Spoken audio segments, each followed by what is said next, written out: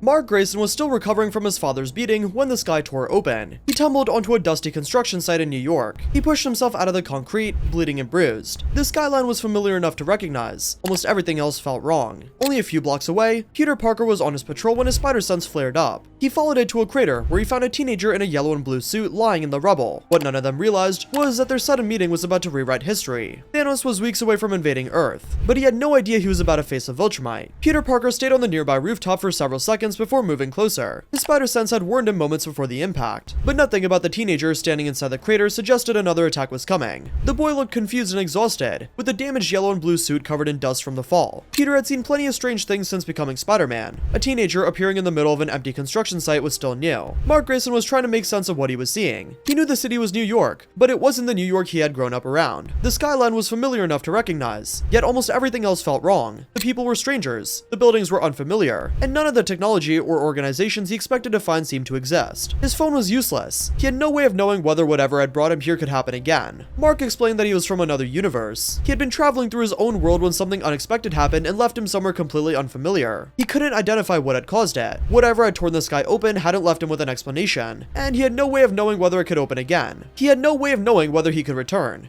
The explanation sounded impossible, but Peter had already lived through enough impossible events that he couldn't simply dismiss it. Mark also had no reason to trust the first person he encountered in a completely unfamiliar world. Peter understood that, so he didn't push him for every detail. Instead, he explained that he knew someone who might be able to help. Tony Stark had access to technology far beyond anything Peter could build himself, and Peter had already seen him deal with problems that seemed impossible at first. Mark agreed to follow him. Before they left, Peter noticed something else. The crater was much deeper than it should have been from an ordinary fall, yet Mark had walked away from the impact. Most of the injuries Peter could see looked older, already beginning to heal from whatever had happened to Mark before he arrived. Peter didn't know what Mark was capable of, but he was beginning to understand that the teenager in front of him wasn't simply another young superhero. For now, all he knew was that he had found someone who needed help. Peter took Mark to Tony Stark, because there weren't many people he could think of who could make sense of what had happened. Tony's first concern wasn't whether Mark was telling the truth, it was whether Mark was dangerous. The fact that Mark was a teenager didn't change that. He had appeared without warning, survived an impact that would have killed an ordinary person, and possessed abilities that Peter couldn't fully explain. Mark cooperated. He had nothing to hide, and he needed help finding a way back to his own universe. Tony used what equipment he had to study Mark's physiology, and the first readings looked remarkably human. Deeper scans were different. There were cellular properties Tony couldn't explain, even though the basic structure was still recognizable. This was biological rather than mechanical. Mark explained what he could about Viltrumites. His people were naturally stronger, faster, and more durable than humans, and many of them could fly. His own abilities had been developing since he inherited them from his father. He didn't present himself as some unstoppable warrior. He was still learning how to use what he had. For the time being, Mark would stay somewhere secure while Tony worked on understanding the dimensional event that brought him there. Peter continued visiting. Mark still wanted to return home. He thought about his mom, about his friends, about the life he'd left behind. But for the first time since arriving, he wasn't alone. Something was approaching Earth, and Tony Stark was already dealing with signs that the next threat would be unlike anything they had ever faced before. Bruce Banner came through the New York Sanctum in a way that made it clear that something had gone very wrong. He had been sent back to Earth after an encounter with an enemy that he couldn't stop, and the message he carried was simple: Thanos was coming. Mark had never heard the name. Peter hadn't either. Tony hadn't. Bruce explained who Thanos was, that he had already attacked him, and that Earth was in danger of being drawn into something much larger than another alien invasion. Even though Tony didn't recognize the name, he recognized the kind of threat Bruce was describing. Before they could make a proper plan, the attack began. A large alien ship entered the skies above New York and moved towards the area surrounding the Sanctum. The people arriving weren't there for a general assault. They were searching for something specific. Doctor Strange had the Time Stone. Ebony Maw and Cull Obsidian had come to take it. Tony moved into position. Bruce was still struggling with the fact that Hulk refused to come out after his defeat. Peter was nearby, and Mark joined the group when he realized the threat was already moving through the city. Cull Obsidian was the first major obstacle. He was enormous, heavily armed, and strong enough to push through defenses that would stop most opponents. Peter immediately understood that this wasn't a criminal he could handle alone. Mark recognized something different. Cull was powerful, but he wasn't stronger than Mark. Their first clash proved it. Cull attacked with his weapon, and Mark intercepted the strike. The impact drove Mark backward, but didn't knock him down. He'd already learned from Peter that keeping a powerful opponent focused on one target was a mistake. So instead of standing in the middle of the street and trading punches, he grabbed Cull and carried the fight away from the civilians. Cull couldn't fly. Every time he hit the ground and tried to return to the others, Mark intercepted him, redirected his attacks, and kept him away from the street. The more dangerous opponent was Ebony Maw. Maw didn't need to overpower Mark physically. His abilities allowed him to manipulate objects around him with precision, turning the environment itself into a weapon. Cars, pieces of metal, stone, and debris moved through the air at his command. Mark could survive most of it, but that didn't mean he could ignore ignore Maw. Maw quickly understood that Mark's physical strength was the wrong problem to solve. He focused on Strange and the Time Stone. His goal was never simply to defeat the heroes in the street. He needed the stone, and Strange was the person standing between him and it. Peter tried to help. Tony followed. Mark moved towards Strange as soon as he realized what Maw was attempting. The fight became a race rather than a battle. Maw began taking Strange towards the ship, while the others tried to stop him. Peter attached himself to the spacecraft. Tony pursued in his nanotech armor, and deployed the Iron Spider suit to Peter as he ran out of oxygen. And Mark flew after them without needing assistance. Maw now had another problem to deal with. He had expected Earth's defenders to be dangerous. He hadn't expected one of them to be a Viltrumite. Mark reached the Q-ship before it could get far from Earth. Peter was already attached to the outside of the vessel, while Tony followed behind in his nanotech armor. The three of them made it aboard before the ship left the atmosphere, with Strange already being held captive by Ebony Maw. Maw had Strange restrained in the center of the ship. He was trying to remove the protection surrounding the Time Stone, using his abilities to inflict precise injuries while demanding that Strange give up the stone. Mark could see that Strange was being kept alive deliberately. Maw wasn't trying to kill him. He needed the stone intact. Maw sent pieces of the ship across the room. Mark tore through the first wave, but Maw kept reshaping the environment around him. Metal folded across Mark's arms and legs, broke apart when he moved, and immediately reformed from another direction. None of it could hold him for long. It didn't need to. Every second Mark spent tearing through it gave Maw more time to work on Strange. Peter and Tony attacked from the opposite side. The distraction gave Strange an opening. Tony used the moment to damage part of the ship's structure, creating a weakness in the hull. Peter moved Strange away from Maw while Mark continued keeping Maw occupied. The plan wasn't perfect, but it didn't need to be. They only needed enough time to separate Maw from his prisoner. Mark grabbed Maw and drove him through one of the ship's interior walls. Maw recovered quickly and used his abilities to throw Mark back. Mark hit the wall hard enough to damage the structure behind him. He got back up before Maw could follow. Tony realized the ship itself could be used against him. He created a controlled breach in the hull, exposing the interior to space. This sudden loss of pressure pulled Maw towards the opening. Maw tried to hold himself in place, but the force was too much. Peter and Tony secured themselves, while Mark grabbed onto the ship and watched Maw disappear through the breach. As soon as Maw was clear, Tony's nanotech sealed the damaged section and restored the ship's pressure. With Strange rescued and Maw gone, the group had a new problem. Thanos still wanted the Time Stone, and they had no way of knowing how close he was getting to the others. Tony made the decision to head for Titan. Peter stayed with them. Mark did too. None of them knew exactly what they would find when they arrived. They only knew that if Thanos was as dangerous as Bruce had claimed, waiting for him to reach Earth could be the worst option available. The ship entered Titan's atmosphere and descended towards the surface. The planet was almost completely abandoned, covered by the remains of structures and vast areas of rocky ground. Tony had expected to find Thanos immediately. Instead, they encountered another group that had reached Titan first. Peter recognized them from information Tony had given him. The Guardians of the Galaxy had been tracking Thanos as well, although neither side knew what the other group intended to do. Star-Lord, Drax, Mantis, and the others were already prepared to fight when the two groups encountered each other. The situation became chaotic before anyone had enough time to explain themselves. Peter tried to keep the confrontation from becoming serious, while Tony and Star-Lord attempted to determine whether they were dealing with enemies or potential allies. Drax was ready to kill everyone in the immediate vicinity, regardless of whose side they were on, which wasn't helpful. The other Peter, Parker, not Quill, quietly noted to himself that two people named Peter had somehow ended up on the same abandoned alien planet. Once the misunderstanding was cleared up, the reason they were all on Titan became obvious. They were all looking for Thanos. They knew Thanos was close. What they didn't know was exactly when he would arrive, or what condition he would be in when he did. Strange used the Time Stone to examine possible outcomes. This time, Mark was a part of the equation. Strange moved through millions of futures in silence. When he returned, his expression hadn't changed, but something in it was different. He had seen outcomes that hadn't existed before Mark arrived in this universe. Most of them still ended the same way, but there was one altered path where Mark's presence changed enough moments for them to win. Strange said nothing about what the future required. He only knew that what happened on Titan was part of it, even if the fight itself didn't end with Thanos defeated. He only said that they had one chance. Mark didn't know what Strange had seen. He only knew they were running out of time. The group prepared for Thanos' arrival. Tony worked with Peter and the Guardians to establish a plan built on distraction. Keep Thanos occupied long enough for Mantis to use her abilities. Mark would be the most dangerous part of the attack. His job wasn't to defeat Thanos by himself. It was to keep him occupied and create an opening for the others. Thanos arrived before they were ready. He appeared on the surface of Titan with several Infinity Stones already mounted into the gauntlet. His attention immediately went towards the group standing between him and the remaining stones. Mark moved first. He flew towards Thanos and struck him hard enough to send him across the battlefield. Thanos recovered in seconds. He answered with a physical attack of his own, and Mark realized the problem almost immediately. He had fought people who were stronger. He had fought people who were faster, but he had never fought someone who used both of those things the same way Thanos did. The Titan wasn't simply reacting. He was already predicting Mark's next movement before it happened. Mark's second strike hit air. The rest of the team joined the fight. Peter used his webs to restrict Thanos' movements. Drax attacked from close range. Star-Lord fired from a distance while Tony tried to keep Thanos focused on multiple targets. Strange stayed back, used his magic to limit the Titan's options. Mark changed approach. If Thanos was going to read his momentum, he'd stop giving him momentum to read. He attacked from different directions, forcing Thanos to keep turning, landing glancing strikes instead of committing to one angle. It worked better. He connected with two clean hits, and one of them actually forced Thanos backwards. Then, Then, Thanos used the Space Stone specifically on Mark. Space folded around Mark before he could react. Thanos displaced him far across Titan, beyond the ruined structures surrounding the battlefield. Mark recovered immediately and turned back, but the distance was a problem. By the time he returned, Thanos had already turned his attention towards Tony. He had identified Mark as a main physical threat and moved him out of the equation with a single stone. Peter and Tony were suddenly defending without their most durable asset. A damaged craft cut across the battlefield before Mark could make it back. Nebula emerged from it already injured from Thanos' captivity and joined the fight against her adoptive father. Tony's armor absorbed the first attack. The second damaged it. Mark came back harder. He drove himself towards Thanos again before the Titan could reach Tony. This time he wasn't trying to win. He was trying to make himself impossible to ignore. He hit Thanos from the side and wrapped his arms around him, giving the others the opening they needed. Mantis moved into position. The plan worked. Mantis connected with Thanos' mind, and his movement slowed immediately. Not completely. She still had to fight for every second of contact, but it was enough. The others rushed forward. Tony locked onto the gauntlet with his armor. Strange used the sling ring to keep Thanos' wrist from moving. Mark used both hands to pull the gauntlet away from Thanos' body. It was coming off. For the first time since landing on Titan, Mark felt like they might actually win. He could feel the gauntlet moving. Tony had 2 fingers underneath it. Peter's hands closed around the outer edge and pulled. Then, Star-Lord found out what happened to Gamora. Peter saw the expression on his face and understood what was about to happen. He tried to stop him. The situation moved too quickly. Star-Lord struck Thanos. Mantis' hold broke. Thanos came back to full awareness in an instant. The gauntlet was already partly off his hand, and Mark did not simply let go. He kept pulling as Thanos surged forward, wrenching the gauntlet sideways while Tony and Peter tried to hold it in place. Before they could finish removing it, enough of the gauntlet remained seated for the Power Stone to flare. The uncontrolled burst tore Mark and the others away from him, and sent them across the battlefield. The opportunity was gone. Thanos still had the gauntlet. Thanos recovered faster than Mark expected. The Power Stone had thrown everyone across the battlefield, but the Titan was already moving. Mark pushed himself up, and immediately understood the situation clearly. His ribs hurt. One side of his face was swollen. His breathing had become heavier. He was still capable of fighting, but the gap between being able to continue and being able to win was becoming obvious. He flew towards Thanos again and caught him before he could reach the others. The two collided near the remains of one of the Titan's ruined structures. Mark drove Thanos through the wall and followed him inside, landing several punches before Thanos managed to grab him. Thanos had the advantage in experience and technique. He waited for Mark to commit another attack, then redirected him and drove him into the ground. Mark tried to get back up. Thanos struck him again. Peter saw Mark take the hit and immediately moved towards him. Tony pulled him away from the fight. Peter couldn't help Mark by getting himself killed. That was becoming harder for Peter to accept. Thanos struck Mark across the chest and sent him through a section of ruined machinery. Mark hit the ground hard and stayed there. Peter landed beside him. Mark tried to stand. Peter could see that he was badly hurt. His left arm was already beginning to swell, and his breathing was uneven. He had taken punishment that would have ended an ordinary fight several times over, but even Viltrumite durability had its limits. He could heal from severe injuries, but he wasn't immune to them. Thanos approached. Then, Thanos attacked Tony. Tony used everything his armor had left, but Thanos eventually broke through his defenses. Mark tried to reach them, but Thanos used the Space Stone to keep him away. Tony took a severe wound. Peter reached him first. Strange looked at the Time Stone. He understood what had to happen. This was one of the choices he had already seen. He gave Thanos a stone in exchange for Tony's life. Mark watched the exchange from the ground. 5 stones were now in the gauntlet. Only the Mind Stone remained. Thanos disappeared from Titan before anyone could stop him. The battlefield became quiet. Mark pushed himself upright and looked towards Peter and Tony. Tony was alive, but badly injured. Peter was beside them, trying to keep him conscious. Mark had failed to stop Thanos on Titan, and now Thanos was heading for Earth. Mark knew exactly what that meant. He had one chance left. Wakanda was the last place between Thanos and the Mind Stone. Strange knew it too. There was no time for a return in the Q-ship. Thanos could cross the distance instantly with a Space Stone. In the original timeline, there was no point for the Avengers to portal back from Titan to Earth, because the one possibility of them winning depended on them not helping Wakanda. But because Invincible is in this timeline, Strange saw a bunch of different possibilities where Invincible could help them win, and in this specific one, Invincible was needed in Wakanda. Strange opened a sling ring portal back to Earth. The other side showed the Sanctum in New York. Tony was badly injured. Mark could barely move his left arm, and Peter stayed close to Tony as they crossed through. Once they were back within range of Earth's communications, Wong was still there at the Sanctum Sanctorum. By then, Bruce had already reconnected with Steve and the others, and Wong knew the situation and moved to Wakanda. Vision was there with the Mind Stone, and Thanos' forces were already attacking. Tony connected to the information coming out of Wakanda. The Avengers were already there, so was Vision. Wakanda had the last stone. Strange opened another portal. They stepped into a battle that had already begun. The Outriders were pouring through Wakanda's defenses while Steve, Natasha, Sam, Bruce, and the Wakandan army tried to hold them back. Vision was still injured, and Shuri was working to remove the stone from his head without killing him. Mark joined the fight despite his condition, but he quickly realized that fighting the Outriders wasn't what mattered. Every second they kept the army away from Shuri was another second she had to finish the procedure. Thor arrived with Rocket and Groot. Stormbreaker tore through the Outriders and gave the defenders room to breathe. For a moment, the battle finally began moving in their favor. Then, Thanos entered the battlefield. He arrived alone. The Black Order had already failed to stop the Avengers, and his army was still fighting around them. Thanos didn't care. He had 5 Infinity Stones. He only needed 1 more. The Avengers attacked him together. Mark went after him as well. This time, Mark didn't try to fight Thanos alone. Stone. He had learned from Titan. Steve and Bruce kept Thanos' attention whenever they could. Natasha and Sam attacked from a distance, creating distractions and openings instead of trying to match him physically. Strange used his magic to keep Thanos from moving directly towards Vision, while Mark used his speed to take advantage of every opening the others created. Then Thanos began using the stones. Mark was thrown aside by a wave of energy, and landed hard enough to break through the ground. He tried to stand. His injuries had caught up with him. His body was recovering, but not fast enough to keep pace in the fight. Tony was still too badly injured to fight at full strength, but he used what remained of his armor to support the others from a distance. Peter stayed mobile, pulling people out of Thanos' path whenever the Titan broke through. Wanda remained near Vision. She knew what would happen if Shuri ran out of time. Shuri was almost finished. That became the entire fight. They didn't need to defeat Thanos yet. They needed to keep him away from Vision for a few more seconds. Thanos forced his way through the Avengers and moved towards Vision. Strange opened portals across the battlefield to redirect Thanos' attacks. Mark hit him from the side. Thor attacked him from the other direction. Peter covered the gauntleted hand and webbing whenever Thanos tried to close it, but the strands tore almost as quickly as he could replace them. None of it stopped Thanos for long, but it slowed him down. Shuri finished separating the Mind Stone from Vision. For the first time, the Mind Stone was out of Vision before Thanos could take it. Vision collapsed nearby, weakened by the extraction, but alive. Wanda moved towards the separated Mind Stone. She understood what the others didn't need to explain. The Mind Stone couldn't remain intact. The entire battle had bought her the opening she needed. Wanda destroyed the Mind Stone. Thanos saw what had happened. The Time Stone began to glow. Mark remembered what they had learned on Titan. Thanos activated the gauntlet by closing his hand. Mark didn't know exactly what the Titan was about to do. He only knew what they couldn't let him finish. Mark was already close. He forced himself forward with everything he had left and drove his remaining hand across Thanos' gauntleted palm, wedging the fingers open before they could close. Thanos tried to pull free. Mark held on. Peter reached them a second later. He wrapped several webs across the gauntleted fingers and pulled in the opposite direction. The webbing wasn't strong enough to restrain Thanos by itself. It only had to buy Mark another second. Strange bound Thanos' other arm. The Titan broke through the restraint almost immediately, but the delay created one more opening. Thor took it. Stormbreaker cut through the energy Thanos released towards him and struck the Titan in the chest. Thanos dropped to one knee with the axe buried in his body. Mark kept the gauntlet open. Peter kept pulling. Thor ripped Stormbreaker free and brought it down against the damaged edge of the gauntlet. Mark pulled at the same moment. The combined force tore it free from Thanos' hand and sent it across the battlefield. Strange immediately opened a portal beneath the gauntlet. It dropped through and disappeared into the Sanctum before Thanos could reach it. The 5 stones remained locked inside. No one had to touch them. Without the gauntlet, Thanos was still monstrously strong, but he no longer had 5 Infinity Stones answering every movement. Stormbreaker had already left him badly wounded. Mark was barely standing, but Thor, Strange, Wanda, Peter, Steve, Bruce, and the others were still between Thanos and any path back to the stones. For the first time since arriving in Wakanda, retreat became the better option. One of the surviving Black Order transport crafts from the invasion was still grounded beyond the battlefield. Thanos forced his way towards it while the others tried to stop him. Mark attempted to follow, but his body finally gave out. He dropped to one knee. Peter caught him before he hit the ground. Thanos escaped. The battle was over. The snap never happened. There was no sudden silence across the universe. Billions of people didn't disappear. Mark needed extensive time to recover from the injuries he had suffered on Titan and Wakanda. Peter stayed with him while the surviving heroes dealt with everything that had happened. Vision survived. Tony recovered from his injuries. He had come closer to dying on Titan than most people knew, and the only reason he was still alive was because Strange had made the same trade he would have made regardless of whether Mark was there. For Mark, the strangest part came afterward. He had entered the universe expecting to spend the rest of his life trying to find a way home. Instead, he had become involved in a war that had nearly destroyed Earth. He had fought alongside people he'd never heard of before arriving. He had nearly died beside a teenager who had become one of the first people in this universe he genuinely trusted. Mark still wanted to go home. Nothing had changed about that. His mother was still in another universe, waiting for a son who didn't know when he was coming back. Thanos was still somewhere in the universe, alive, but the 5 stones he had brought to Earth were now inside the recovered gauntlet in the Avengers' possession. The Avengers had prevented the snap, but they hadn't ended the threat forever. They simply bought themselves time. That time existed because Mark had been there, not because he had defeated Thanos alone. He hadn't, and he never could have, but because he had changed enough moments for the heroes to reach a different outcome. Mark Grayson had tumbled into this universe broken and bleeding, with no way home and no reason to trust any of it.